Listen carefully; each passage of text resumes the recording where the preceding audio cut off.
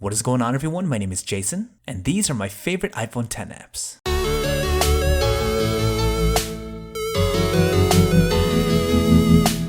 So hands down, the piece of tech that I use the most often is without a doubt my smartphone. And my daily driver is this guy, the iPhone X. Yes, I know it's a controversial device and I openly admit that it's not perfect, but it's still an incredible phone and great for a guy like me who's deeply embedded in Apple's ensnaring ecosystem. That being said, I wanted to put together a quick video going over some of the apps that I use on my iPhone, as I get a lot of comments from you guys asking about this very topic. So here are some of my favorite apps for April 2018. Now before we jump into the review, if you're interested in checking out the latest consumer tech products before you buy them, or if you're just a tech head like me, I make a video like this every single week, so make sure you hit that subscribe button and turn on that bell icon so you can be the first to know when a new JSL review is out and you don't miss anything. That being said, let's check out my favorite apps. Okay, I know I just shamelessly said that I'm stuck in Apple's ecosystem, but one of my favorite apps right now is actually Google Photos. Yes, I understand that it sounds a bit hypocritical, but for the record, I'm a huge fan and user of Google services, and I was psyched when Google announced that they would be providing their amazing Google Photos services on iOS. One of the most frustrating and limiting features on all iPhones is storage. Apple has never made any of their coveted iPhones able to support the use of something like a micro SD card, which means that you're stuck with the storage capacity that your phone originally came with, or you need to rely on cloud storage options like iCloud. Yes, Apple gives Apple ID users 5 GB of free iCloud storage, but that storage gets filled up pretty fast, especially if you're constantly taking pictures or shooting videos on your phone. Now if that's you, Google Photos solves that problem by offering, get this, unlimited free storage of photos and videos. Yes, I said unlimited. And what's even better is that the photos automatically get saved and backed up on Google's cloud, which means you don't have to keep hard files of photos on your device, which should free up a crap ton of storage space. And for whatever reason, if you lose your phone, your photos are safe and accessible basically through any other device. You can still edit photos, create fun collages. I mean, it's an incredible service and kind of a no-brainer if you take a lot of photos on your iPhone, so definitely scoop it up if you haven't already. Okay, next up, one of my all-time favorite apps for reading the news, and that's Flipboard. Aside from watching videos on YouTube, news consumption is probably the second thing I do most on my phone.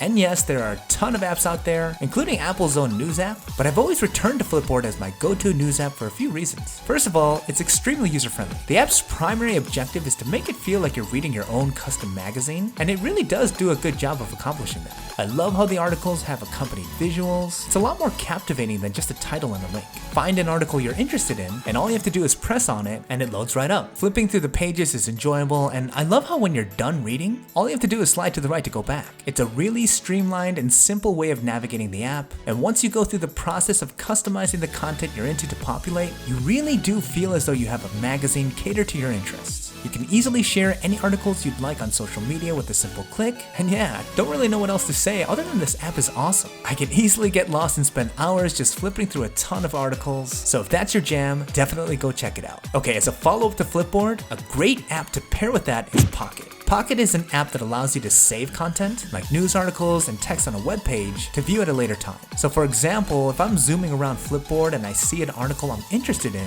but I want to read it later, all I have to do is click on this button here, and it gets saved to my Pocket. Now the beauty of Pocket is that once I sync up all the things I've saved, I can access them even when I'm offline. So this is one of my go-to apps when I'm on an airplane that doesn't offer Wi-Fi. I have a ton of unread content that I'm interested in at my fingertips without needing any internet connection whatsoever. A simple and free app that I honestly use a lot more than I thought I would, and one that has saved me many times on boring long flights. Okay, last up, hands down, the question I get asked the most from my videos is where I get my wallpapers for my iPhone. Now I was asked so many times that I made a dedicated video going over where to find them all. I'll flash a card to that video in the corner right now if you guys are interested in checking it out, but one of my favorite apps for this is an app called Vellum. Vellum is a dedicated app for iPhone wallpapers, and seriously, there isn't a wallpaper on this app that I don't love. The app is divided into multiple categories. It's optimized for the iPhone X so you can view them all in full screen. And my favorite part is that it gives you the ability to preview what the wallpapers would look like on the home screen or on the lock screen by pressing this little button here.